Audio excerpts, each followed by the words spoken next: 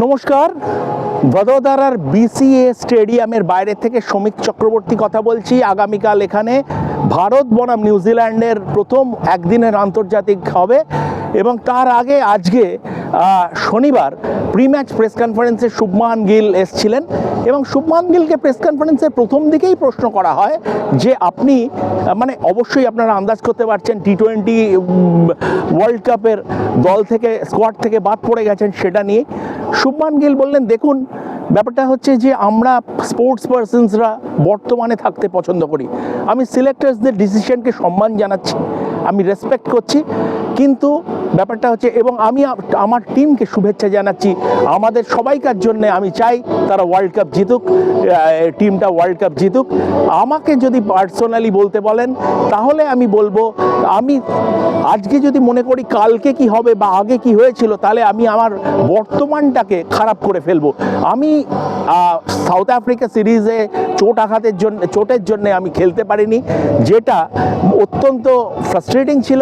আমি এখন ফিরে এসেছি এবং আমার কাজ হচ্ছে দলের অধিনায়ক হিসেবে এবং দলের অন্যতম ব্যাটসম্যান হিসেবে আমার রান করা, এটাই আমার কাজ, সেটার দিকেই আমি নজর দেব। নাম্বার 2 হচ্ছে টেস্ট ক্রিকেট নিয়ে উনি কথা বললেন। টেস্ট ক্রিকেট নিয়ে উনি বললেন যে টেস্ট ক্রিকেটের প্ল্যানিং পার্ট নিয়ে, এবং এটা খুব সুন্দর যে বিসিসিআই কিন্তু টেস্ট ক্রিকেটটাকে এখন একদম মানে যদিও এখন এই মরশুমটাই 3টে ওডিআই ছাড়া এটা টি-20 মরশুম, এরপরে 5টা টি-20 আইস আছে নিউজিল্যান্ডের সঙ্গে, তারপরে টি-20 ওয়ার্ল্ড কাপ, কিন্তু টেস্ট ক্রিকেট কিন্তু প্রায়োরিটি লিস্টে আছে বিসিসিআইয়ের এবং অধিনায়ক শুভমান গিলের এবং কোচ গৌতম গম্ভীরের। শুভমান গিল বললেন, আমি আমার সাজেশনস বিসিসিআইকে দিয়েছি যে আমাদের তৈরিটা প্রিপারেশনটা আরও অনেক ভালো হওয়া উচিত। টার্ন অ্যারাউন্ড টাইম, অস্ট্রেলিয়াতে খেলে 4 দিনের মধ্যে সাউথ আফ্রিকাতে সঙ্গে খেলা, এই জিনিস মানে তার আগে যদি আমি ঠিকমতো প্রিপেয়ার না করি তাহলে আমরা টেস্ট ম্যাচ জিতবো না। আমাদের ভালো করে প্রিপেয়ার করতে হবে, এই সাজেশনসটা আমি দিয়েছি। গৌতম গম্ভীরও এই কথাটা কিন্তু বলেছিলেন। এরপরে দ্বিতীয় টেস্ট গৌহাটিতে হেরে যাওয়ার পরে উনি বলেছিলেন যে আমাদের টেস্ট ক্রিকেটকে প্রায়োরিটাইজ করতে হবে এবং টেস্ট ক্রিকেটে আমাদের প্রিপারেশন এবং প্ল্যানিং পার্টটা ভালো করতে হবে। এখন দেখা যাক বিসিসিআই, আশা করছি বিসিসিআই এটা নিয়ে, কারণ গতকাল বিসিসিআইয়ের বিসিসিআইয়ের কর্মকর্তাদের সঙ্গে ভিভিএস লক্ষ্মণ, সেন্টার অফ এক্সেলেন্সের হেড ভিভিএস লক্ষ্মণের একটা মিটিং হয়েছে বোম্বেতে, কিন্তু সেটা ওই academy, planning, supply line, centre of excellence, but test cricket আমি মানে এটার মধ্যে আর অন্য কিছু খুঁজতে চাইছি না।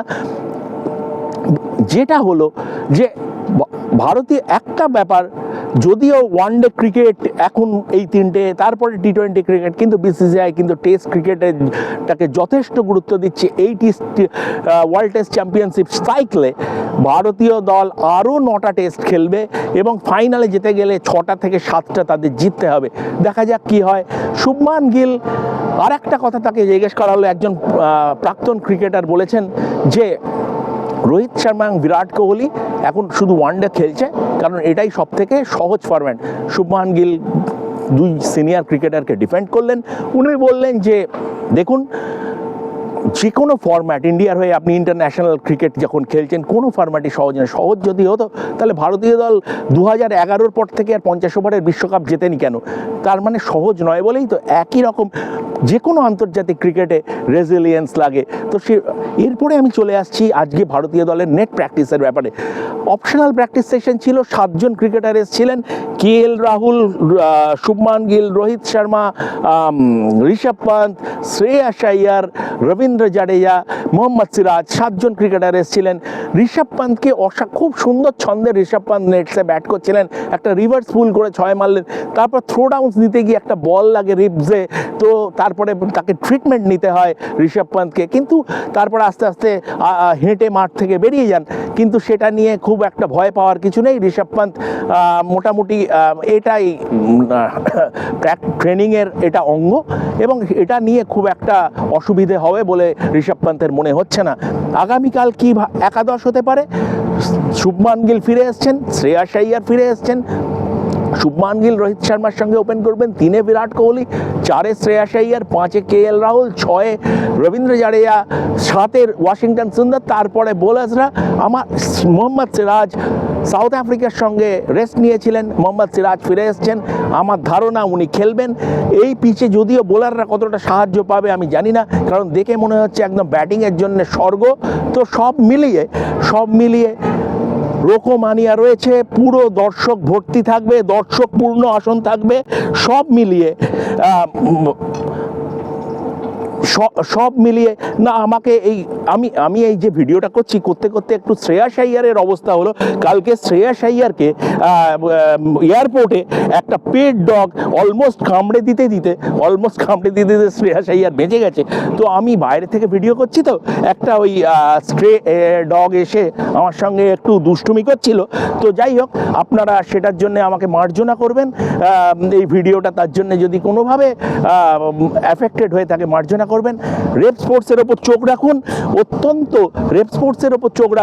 অত্যন্ত গুরুত্বপূর্ণ খবর এবং সমস্ত রকম আপডেট রেপ স্পোর্টসে পাবেন। সব মিলিয়ে স্টেজ সেট, কালকে থেকে ওডিআই সিরিজ শুরু হচ্ছে। চোখ রাখুন খেলার দিকে এবং রেপ স্পোর্টসের দিকে। ধন্যবাদ।